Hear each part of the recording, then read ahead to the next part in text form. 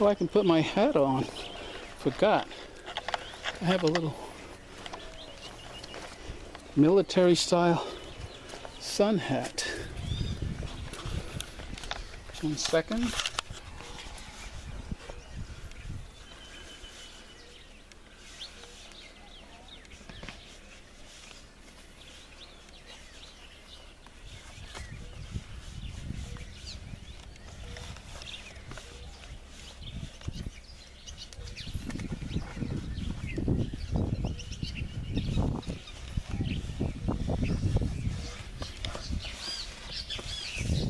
You know what I worry about when I come here?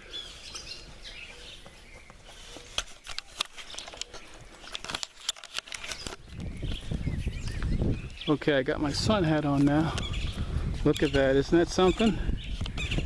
It's like we're standing at it's like we're giants. And we're standing at the palace of the Dalai Lama. And we're looking north, or I guess northeast. And we see Beijing right there.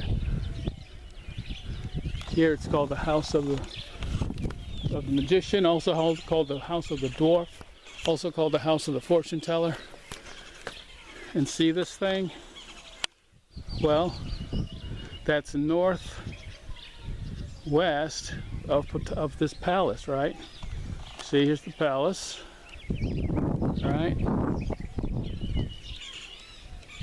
Hey, you can go in there now?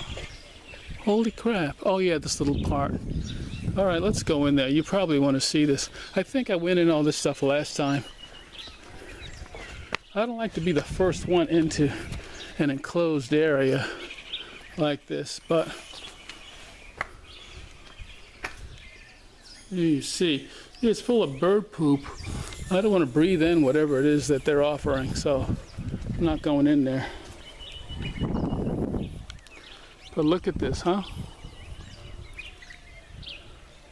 This is Uxmal, the western map of the Western Hemisphere. And I need to find the north group before the other tourists come. But let me show you Shoal, right? Hang on, I'm gonna let the camera droop.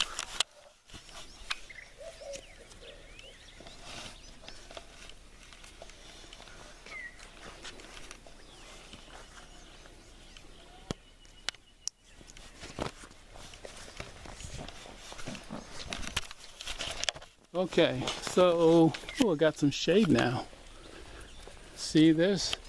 What would be Shoal down there?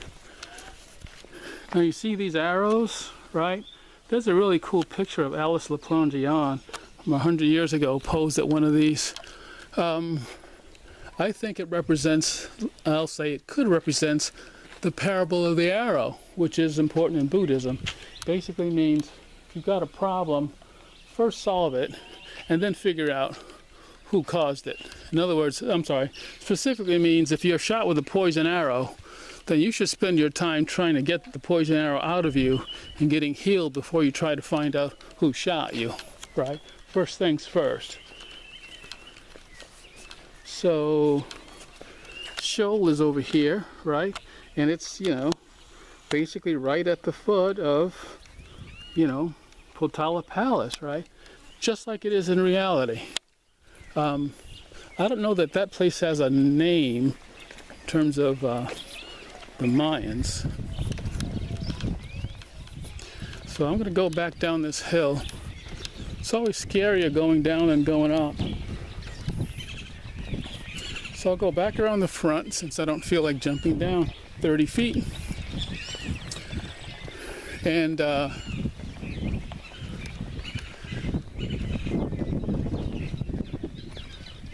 oh, there are those stairs. It's interesting, climbing these stairs is like, yeah, it's a little scary sometimes going up. Going down is always twice as scary. It's some psychological thing. But it's mainly that first step over the edge. So I have a backpack on. I'm going to take this weight off to lower my center of gravity. Because if I get hurt out here, there's nobody who can help me or rescue me.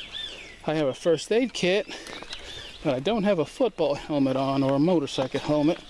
And I kind of need my brain for my job. So, and I'm keeping the camera rolling so you can, yeah, here's my little technique, right? You see the bag right there? I use it to steady myself. It's always uphill from me. So it's like holding on to a 20-pound rail, right? Maybe it's just psychological, but I think it helps steady me. I'd rather go down one step at a time and take an extra 20 seconds than 2 steps, you know, go at a normal pace and wind up with a sprained ankle or a broken leg. Okay, so now I'm going to take you to Shoal. Again, that's the name of the town at the foot of the Palace of the Dalai Lama. I don't know what the Mayans call their version of it, but it's around here. Shoal has some infamous prison. I don't know if it still exists. They would put like these wooden yokes, like wheels, around the necks of the prisoners so that their hands couldn't touch their mouths, and so they couldn't feed themselves. And they were fed only by Tibetan priests.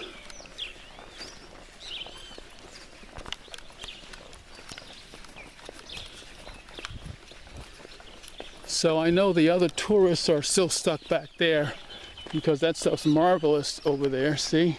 Here's where they are. Right? They're still... They're there looking at that. And they're looking at that. And they're looking at the nunnery house where there used to be an image of a man sitting cross-legged who seems kind of like Buddha. He's now in some museum, so I can't show him to you, but it's all in my book, because I found an image of him. So see, this is, right, Palace of the Dalai Lama replica. I don't think I can go down to the Shoal part. I don't remember if I can get down there. There's some bird screaming at me. What? What do you want? He's like, hey, hey. Oh, well, I can go down. Well, I can go down enough to hurt myself. I see, I'm going to stay up here. So, see this little area down here? This all represents, in my opinion, Shoal. You know, I don't remember all that stuff. Wait, what? Whatever that is through those trees, I don't remember going there before. What is that? Oh, that must be... No, it can't be. Yeah. That's the Great Pyramid, I think. I think that one is the Great Pyramid, which would be Mount Everest, which means the Dovecote group, there they are. That's exactly what that is. So there's the Mount Everest replica. Anyway, let me show you Shoal. I just tripped on a rock. That wouldn't be good to fall here. See, look, it's in the, literally in the shadow of the replica of the Palace of the Dalai Lama. You know, Potala Palace. Some iguanas that I'm going to eat if they're too slow. And oh yeah, there is a way down there. I'm not going down there though. Hello, you prehistoric monster. Where are you? I can't see you if you don't move. So I'm going to go over here.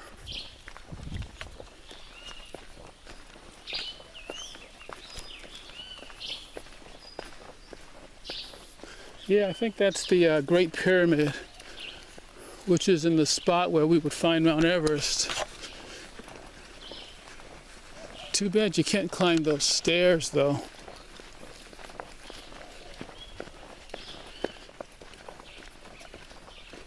I guess the north group is behind me since I'm going south.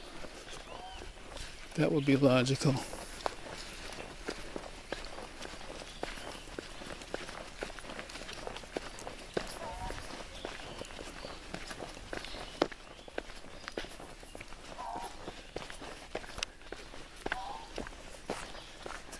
Oh yeah, that's it. That is it. This is the Great Pyramid, which according to my map theory represents Mount Everest. And they placed it where we would find Everest relative to the, well, there's that Dalai Lama Palace. Everything's, of course, pushed in close. So the juxtapositions are right, but it's not scaled. And wait, is this the way? Oh yeah, I guess it is the way down. Wait, we can climb this thing now? Let me lower my backpack again. Center of gravity and all that. Then I'm gonna stop and drink water. Holy crap. They let us climb this now? Oh, I'm totally going up there after I drink some water. Last time I was here, you couldn't climb that.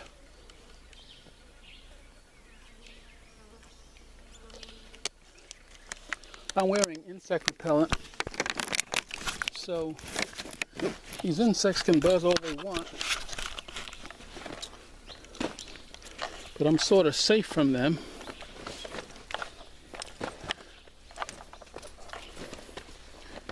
I basically stand sideways when I climb these steps. My backpack moves and stays uphill, and it moves before I do. Backpack, step one, step two. Backpack, step one, step two. It seems childish, but so far it has worked for me. Wow. Wow. I was here 2 years ago, you couldn't come up here. Now apparently you can. You know what's up here? Those images of those Asian guys. I hope I can see it. They show 4 Asian guys wearing knitted hats and parkas on the top of a... Crikey, that's a little higher than I have courage to deal with. I'll stop and rest up here. Put some water on myself, then I'll continue climbing Mount Everest. Wow.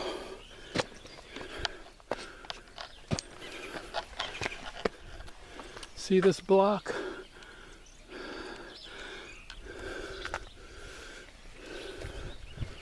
Wow. There's a place on Mount Everest called the Death Zone because the altitude is so thin. You only get a little bit of a few hours to either hook up to an oxygen tank or get out of Dodge. Wow. Wow. This is why I love this. Because every now and then they just open up some area to tourists and we can go see it. Slowly, carefully. I used to be more afraid of these pyramids, but now that I've discovered that my little technique works, holy crap, there's that guy. There's a guy who's looks like he's fallen victim to Khumbu icefall. Where is he?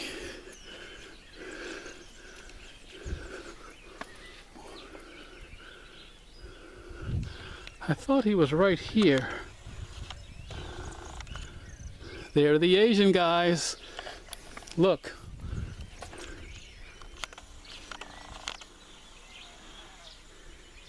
Here they are. Right? Here, look at that face. 1, 2, 3, 3, before.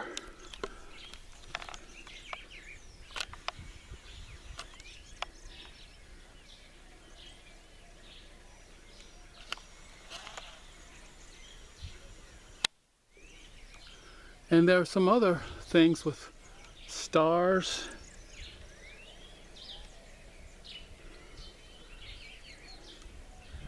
And I don't know what that symbol is, but someone's trying to tell us something. Some X-cross things. Now there's a guy who looks like he's, oh, that's a man. There's an image of a guy who looks like he, unfortunately, was killed by an avalanche in Uxmal2. And I don't see his image now. Here's some flowers up here on the Great Pyramid. And here are those men again. Right there. Right? 4 Sherpas wearing knitted hats and parkas. There's a guy with a really sad face, and one of these birds, 2 of these birds, look like they're falling on him, and I can't find him, and I can't go that way. Man, I'm high up now. Look at this. This is higher than before. Hope I have courage to get down. Wow. So that would be Beijing there. Palace of the Dalai Lama. I wish I had a flash on this camera. I'm carrying my backpack low now. Here's the bird, right? The parrot. See, my theory is that this parrot is here because parrot represents a king, right? King of the mountains, right? So here's his face. You see the round thing is his eye, and you see his tail feathers down there, right, and his talons. Yeah, King Mountain. Now this thing, I don't know what that is. I never saw this thing until just now. Maybe it's an owl? I think it's an owl.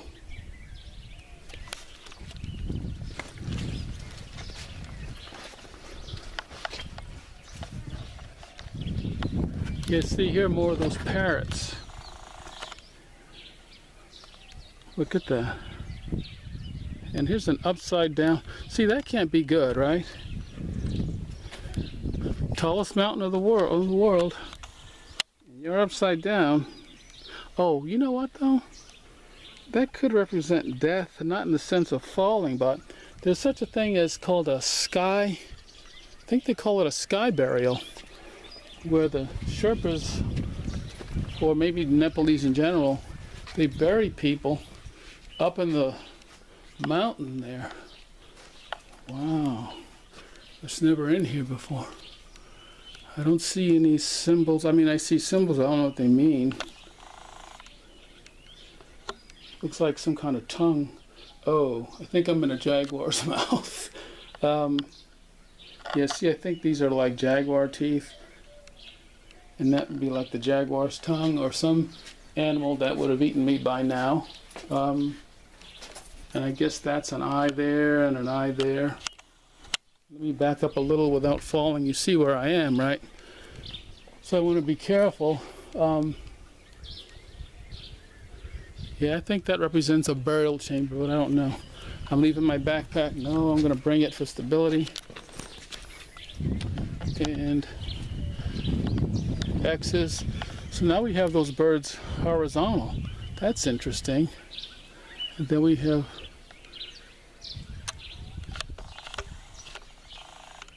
the owl again. I don't see that guy. There's a whole lot of parrots up here. I don't see that image of that guy.